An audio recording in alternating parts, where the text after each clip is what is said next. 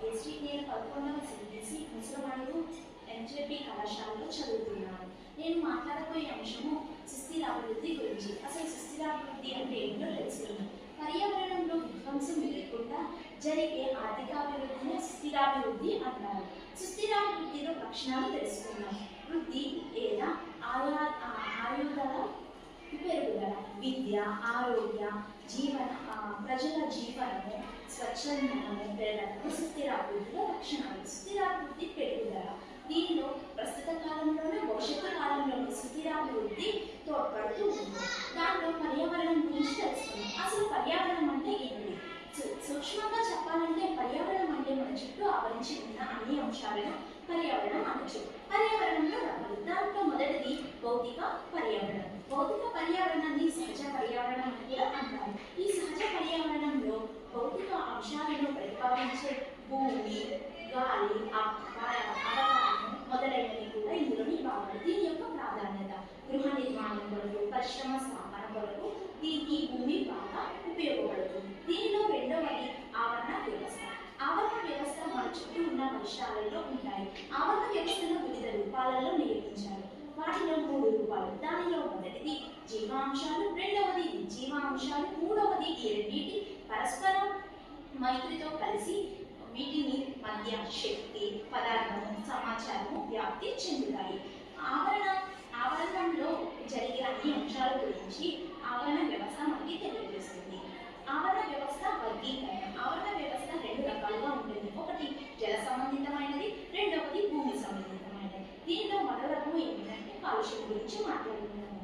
కాలుష్యం కొన్ని పదార్థాల ద్వారా ఏర్పడుతుంది. ఆ కాలుష్యంలో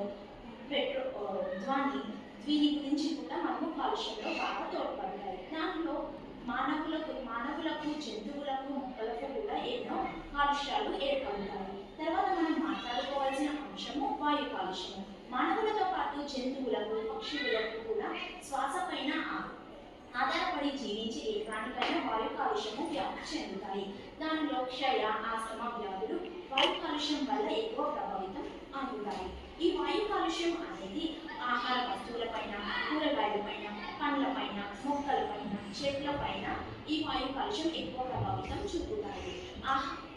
హరిత గృహము దీనిపైన ఎక్కువ ప్రభావితం